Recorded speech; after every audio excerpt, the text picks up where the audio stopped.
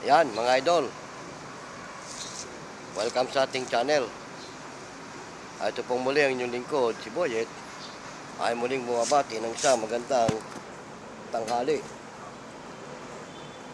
Pero mga idol shoutout muna sa ating mga subscriber dyan, sa ating mga viewer, gayon din sa ating mga follower. At saan man kayong panig ng ating bansa naroon mga idol, nawa ay nasa mabuti kayong kalagayan hanggang sa mga oras na ito. Pero mga idol, ang paksa ng ating tatalakayin may kaugnayan pa rin sa napapanahong issue tungkol sa ating mga napapanood, sa ating mga kapwa-vlogger, sa larangan ng social media, maging sa YouTube. Kaya naman, ang ating tatalakayin sa mga pagkakataong ito ay may kaugnayan. Una na, sa nalalapit na pagdiriwang nitong peaceful rally ng Iglesia ni Cristo. Bukod pa riyan, may mga tatalakayin tayo na nauukol naman tungkol sa mga pangyayari na yung mga di umano mga virus na yan na kumakalat at kung ano-ano pa mga iba. Pero mga idol, ang higit natin dapat na pagkukunan ng pansin itong ating bansa na paano tayo mapapaunlad. At ang nangyayari kasi sa ating mga kapwa mga mamamayan na sa halip na makatulong sa ating pamahalaan ay parang sila pa ang gumagatong sa kung ano-anong dapat mangyari dito sa ating bansa. At nagagamit tuloy sila ng iba nating mga politiko para isulong yung tinatawag na impeachment sa ating ikalawang Pangulo, Sara Duterte. Ngayon din naman, may mga partido naman din na ang nangyayari, gusto nilang ang ating Pangulong Bongbong Marcos naman ang siyang mawala sa pwesto. At ang gusto nilang iupo ang ating ikalawang Pangulo na si Sara Duterte. Pero mga idol, sa totoo lang, dapat matuwa tayo sa mga pangyayari dahil sa kasaysayan ng ating bansa, ngayon lang tayo ulit nagkaroon ng ama at ina itong ating bansa, di ba? Tama? Kaya lang, ang nangyari, sa halip na makipagtulungan ng iba nating mga mamamayan, tila nakikisakay pa doon sa kung ano-anong mga kabuktutan na nangyayari. Kaya naman, ang ating Pangulong Bongbong ay nananawagan na makiisa sa sistema na wag na ma-impeach ang ating ikalawang Pangulo na si Sara. Kaya nga, ang Iglesia ni Cristo ay tumugon sa panawagan ng ating Pangulo na makiisa sa no impeachment. At yan naman ngayon ang kung ano-ano mga estikulasyon na lumalabas na kesyo magpapagulo lang daw ang iglesia, na kesyo gagawa lang ng hindi maganda, kung ano-ano pa. Pero mga idol, alam nyo ba na ang ating bansa ay hinulaan ng yumaong si Nostradamus? At kung paano natupad yung kanyang hula sa ibang mga hinulaan niya, gayon din naman natupad dito sa ating bansa yung kanyang hinula na tungkol saan. Ang hula niya, itong ating bansa magkakaroon ng isang presidente na malulugmok ang ating bansa at mapapahamak at maghihirap. Yan, hindi kaila sa atin nung umupo ang ating Pangulong Digong, nangyari yan. Nalugmok ang ating bansa at maraming naghirap at napahamak. Sabi nga niya, mapapahamak ang ating bansa at malulugmok. Ngayon, kung natupad man niya sa ating Pangulong Duterte, ay ang naging dahilan naman itong pandemic. Oo, at hindi naman din masisisi ng mga tao kung bakit nagkaganon dahil nga pandemic.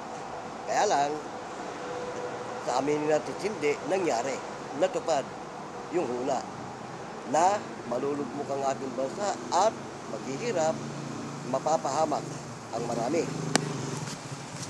Ngayon, talintabi ng kanyang hula na yan, dito na natupad sa ating Pangulong Duterte, ang sabi niya, ngunit sa susunod na papalit na presidente, siya ang mag-aahon sa kahirapan at magpapaunlad itong ating bansa. Ngayon mga idol, ayaw nilang matupad yung hula na yon, na ito nga si Bongbong ang katuparan niyan. Kaya kung ano-ano mga estikulasyon ang kanilang pinalalabas para wag matupad yung hula na si Bongbong ang mag-aahon sa kahirapan at magpapaunlad ng ating bansa. Pero palibas na yan ay hula, ayaw nila sa gusto, matutupad yan.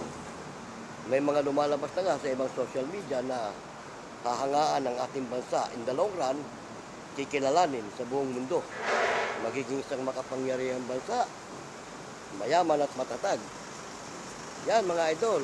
Kaya nga, ano man ang gawin nila, matutupad at matutupad yung hula. Pero maraming hindi naniniwala sa hula at marami din naman ang naniniwala. Dahil pag sinabing hula, pwedeng matupad, pwedeng hindi. Pero sa mga hinulaan ni Nostradamus, walang hindi natupad. Kaya ito, sa ayaw natin sa gusto, matutupad ang hula at ang magiging katuparan ay ang ating Pangulong si Bongbong Marcos. Kung paano natupad sa Pangulong Duterte na malulugmok ang ating bansa at maghihirap at mapapahamak ang marami, matutupad din ang hula kay Bongbong na siya naman ang mag-aahon nito sa kahirapan at siya ang magpapaunlad. Kaya nga lumalabas na rin sa mga ibang social media, sa ibang mga YouTube channel na ang ating bansa ay kikilalanin sa buong mundo. Dahil nga doon sa kanyang mga gold bar na makukuha.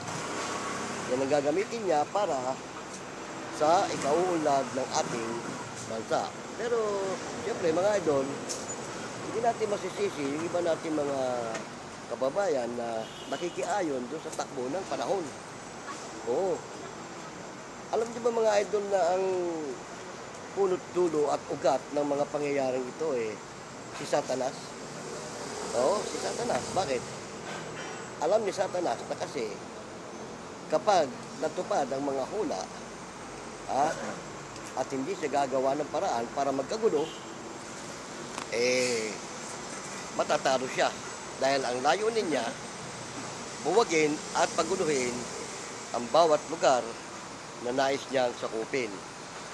Tulad ng nangyayari sa atin ngayon, mga idol, si Satanas ang pulot-tulo ng mga pangyayaring ito. Paniwalaan natin hindi, nakalagay yan sa Bible na si Satanas ang magpapagulo sa buong mundo dahil alam niyang nalalapit na ang kanyang araw dahil malapit na ang takdang panahon na ibinigay ng ating Panginoong Diyos.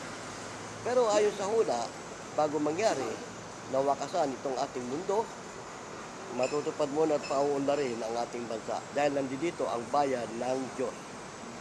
Sa ayaw nyo sa gusto na tanggapin na nandito ang bayan ng Diyos, narito talaga ang kanyang mga hinirang na kanyang pagpapalain. Diba, tama? Dapat nga matuwa ang mga mamamayan nating bansa dahil sa kasaysayan, ngayon lang tayo ulit magkakaroon ng ama at ina ng ating bansa. Imagine, si Bongbong ang ating ama ng ating bayan, si Sara ang ating ina. Bihira sa mga bansa ang nagkakaroon ng ganyang pamamahala na merong ama at ina na namamahala. Dapat nga makipagtulungan ng mga mamamayan Oo, kumbaga tayo ang kanilang mga anak na nasasakupan. Diba? Kung ano kanilang mga ipapatupad o ipapaano, dapat susunod tayo. Basta't hindi makakalabag sa tuntunin ng ating Panginoong Diyos. Diba? Maliban na kung ang kanilang ipatutupad labag na sa aral at utos ng Diyos, ay hindi tayo dapat sumunod sa ganyan. Dahil nga, sabi nga sa Biblia, susunod muna tayo sa Diyos bago sa mga tao. Diba?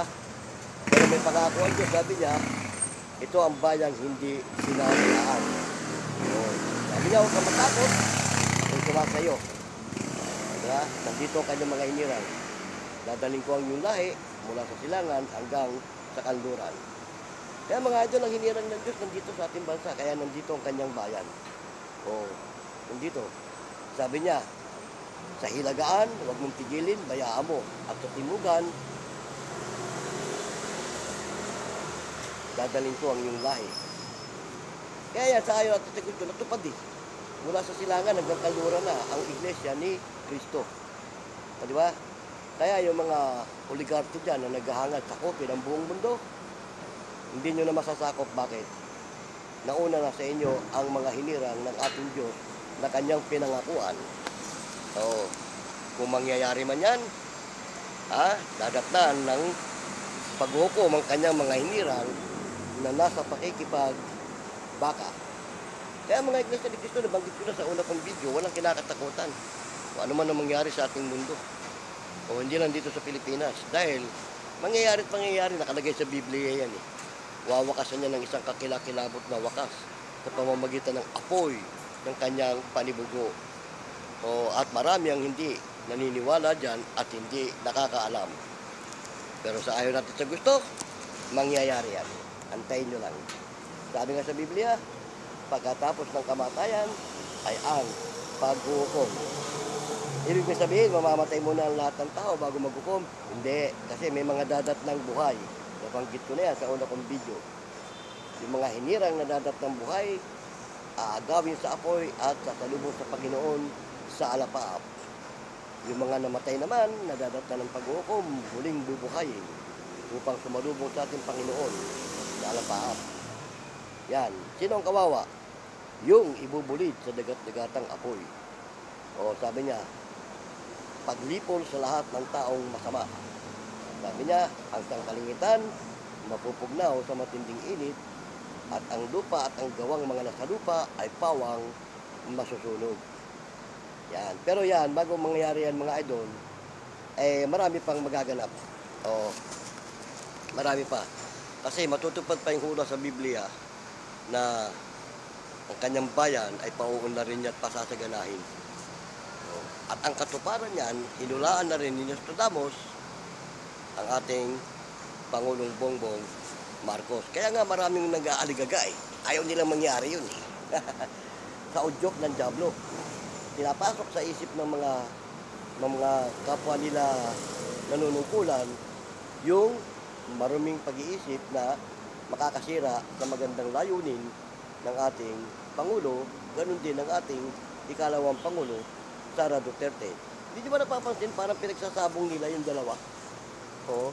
Ang ating pangalawang Pangulo at ang ating Pangulo, kapwa nila gustong mapatalsik. Merong side na gustong mapatalsik si Bongbong.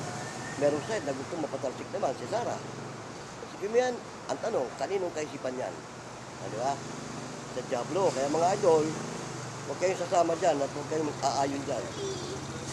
Palibasan nandito ang bayan ng Diyos, ang Iglesia ni Cristo, hindi makikiayon sa ganyang sistema. Ang gusto nila, kapayapaan, kaya sila magdadaos ng rally bilang pagtugon sa kahilingan ng ating Pangulo ng kapayapaan. Di ba? Tama? Kaya sino man walang makakapigil sa rallying gagawin ng ating mga kababayang Iglesia ni Cristo. Dahil yan, sa ayaw at sa gusto, mangyayari yan. At organisado na ang lahat ng miyembro ng Iglesia ni Cristo. Yan mga idol, pag-uusapan lang naman natin yan dahil nga sa nangyayari. Tapos kung ano mga lumalabas na kung anong mga balita, mga virus. Gayong ang China, abalang-abala sa pakikidigma. Sa pakikipagtunggali. Sinakop na ng China ang West Philippine Sea. Kaya maraming nagagalit na nga sa China eh. Babanatan na talaga sila, maging ang US. Di ba? Pagkatapos abalang-abala yung iba tungkol sa kung ano-ano mga gusto mangyari. Kesyo laganap na naman daw ang virus kung saan-saan. Wala pa naman kumpirmado na ano ang DOH natin. At hindi na yan paniniwalaan mga idol. Kasi tapos na yan eh. Ang bawat kasaysayan sa Biblia na nagaganap, hindi na mauulit. Dahil may kanya-kanyang yugto yan. Huwag nyo nang balik-balikin. Kaya nga maging ang pagkapako ng ating Panginoong Kristo, gusto nilang ulit-ulitin eh. Sabi nila, bakit gusto niyo akong ipako ulit sa krus? Samantalang yan, ginawa ko na. Nagawa ko na. O, di ba? Ganun. Kaya ang kaisipan ng Diablo, mga idol, delikado yan. Huwag kayong papadaig dyan. Kasi ang Diablo sa panahon natin ngayon, nagkukumahog na dahil alam niya na nalalapit na ang kanyang takdang araw at panahon. O, dahil kasama siya na maghahari sa dagat-dagatang apoy na ibubulid. Kaya naghanap na siya ng mga kaalyado niya na makakasama niya doon. Di ba? Tama? Ikaw, idol, payag ka na makasama ka ron? Makasama ka niya? Palagay ko walang papayag, di ba? Pero bakit maraming makakasama na hindi nila namamalayan? O mga idol, hindi nyo namamalayan. Isa na kayo sa hinihikayat ni Taning para makasama niya doon sa tinatawag na dagat-dagatang apoy na paglalagyan sa mga taong masama. Di ba? Maraming tao ang hindi nahahalata at napapansin na hinihikayat na sila ni Taning upang makasama sa impyerno. Di ba? Tama? Pero mga hinirang, ang sabi nga, ano man ang mangyari, baliwala sa kanila. Bakit? May pangako sa amin ganun Kapag nakakita nyo ang mga bagay na ito, talastasin nyo siya'y malapit na. Mga galak kayo, sabi ng ating Panginoong Kristo, sapagkat nasa inyo na ang kagantihan. Kaya sa araw ng paghukom, mga hinirang ng Diyos, imbis na mangamba at matakot, magagalak. Dahil yun ang pangako, magalak kayo. Pero doon sa mga sawing palad, nakasamang masusunog sa apoy, sabi nga, sisigaw ng kalagim-lagim ang makapangyarihang tao. Sino man sa lupang ito ang makapangyarihan, sisigaw siya ng kalagim-lagim.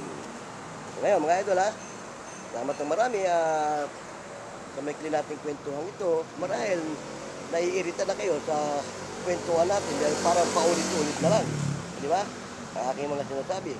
Pero kailangan talaga malaman ng mga tao ang katotohanan. Oo, ang mga nangyayaring ito, kala nyo ba ganyan lang kasimple yan? Isa na yan sa mga palatandaan na malapit na ang wakas ng ating sanlibutan. Kawakasan ng mundo na ayaw sa gusto natin, mangyayari yan. Diba? Binigay ko na sa una kong video yung palatandaan na binigay ng ating Panginoong Kristo. Ulitin ko naman. Yung kidlat na nagmumula sa silangan, tagos ng kanluran, yan ang pinakahudyat ng kanyang pagparito. Dahil sabi nga, kahit ang mga anghel ay wala nakakaalam, kahit ang anak ay hindi niya alam. Ang ama lamang ang siyang nakakaalam. Pero nagbigay ang anak ng palatandaan. Sabi niya, kapag nakita niyo mga digmaan, alingaw-ngaw ng digmaan, talastasin niyo siya ay malapit na. Ito, mga alingaw-ngaw ng digmaan na nga. Oo. Sabi nga, World War III. O, di ba? Pero mga Iglesia ni Cristo hindi nababahala dyan. Mangyari man yan. Kasi may pangako nga Ang sabi, huwag kang matakot. Ako'y sumasa iyo. At sabi niya, dadaling ko ang inyong lahi mula sa silanganan hanggang sa kanluran. O, di ba? Kaya ang mga Iglesia ni Cristo, payapa lang yan. Hayahay lang. Kahit anong mangyari sa ating mundo, relax lang yan. Kasi alam na nila ang mga mangyayari sa kasaysayan ng ating mundo. Kaya doon sa mga hindi handa at doon sa mga walang alam, yan ang mabubulaga. Uulitin ko, sila ang mabubulaga sa araw na yon. Okay na, salamat ng marami mga idol. Kahit pa paano ay sinamahan nyo ko. At sana nakakuha kayo ng magandang impormasyon at mga bagay na dapat yung matutunan. Pag-aralan nyo ng mga idol ang nangyayari sa ating mundo. Yan ang mga palatandaang ibinigay na malapit na ikalawang pagparito ng ating Panginoong Jesucristo. Dahil sabi nga, sa oras na hindi nila inaasahan, nariyan ang pagparito ng anak ng tao. Kung paano ika ang isang magnanakaw na wala nakakaalam kung kailan siya darating, ganon ang ating Panginoong Jesucristo na wala nakakaalam. Paano nagkakasiyahan sila at nagsasaya? Yan ang pagparito ng anak ng tao. Okay na mga idol, salamat na marami. At kung may mga comment kayo, lagyan nyo lang din dyan sa ating comment section para matalakay natin. Kaya doon sa mga naghahangad na ibagsak ang ating pamahalaan, huwag nyo lang naisin. Huwag na. Kasi walang may bubungang maganda yan. Sabihin natin, na-impeach si Sara. Si Sara mawawala. Sabihin natin, napatan si Kibungo, si Sara Opo. Ang tanong, mapapabuti ba? At tandaan nyo mga idol, ang ating bansa o anumang pamahalaan, hindi pinahintulutan ng Diyos na mangulo ang babae. Dahil ang babae, hindi pinapahintulutang mangulo sa anumang larangan ng panguluhan. Dahil sabi nga sa Biblia, ang lalaki ang pangulo ng kanyang asawa at ng kanyang sambahayan. Kaya dito sa ating bansa, hindi pwedeng mangulo ang babae. Lalaki talaga. Mapalad nga nagkaroon tayo ng pangulo ng babae at lalaki. Nga, ama at ina sana Pero anong nangyari? Hindi natin sila sinusuportahan, imbis na suportahan natin ang kanilang pamamahala, ang kanilang pamumuno, ginagawa pa ng hindi maganda ng ilan nating mga kababayan. Yan, di ba mga idol? Kaya nga, yun ang ating mga naging topic sa kwentuhan natin ito. Sana mahalin natin kapwa ang ating Pangulo at ang ating pangalawang Pangulo para may taguyod nila ng maayos ang pagunlad itong ating bansa. Hindi pwedeng walang katuwang ang ating Pangulo sa pagpapaunlad niya nitong ating bansa. Ngayon, kung ganyang watak-watak, paano matutupad? Pero sa ayaw at sa gusto, mangyayari yon. Kasi, nangyari na nga yung unang hula Malulugmok tayo ang pangalawang hula, hindi na mauulit yun na malugmok tayo. Ang sabi nga, yung pangalawang uupo, siya ang mag-aangat. Diba? Tama mga idol? Bueno salamat na marami at muli tayong nagkasama sa making sandali itong ating kwentuhan. At ito pong muli inyong lingkod ay muling bumabati ng isang magandang tanghali. Okay na, nakamuli. Paalam!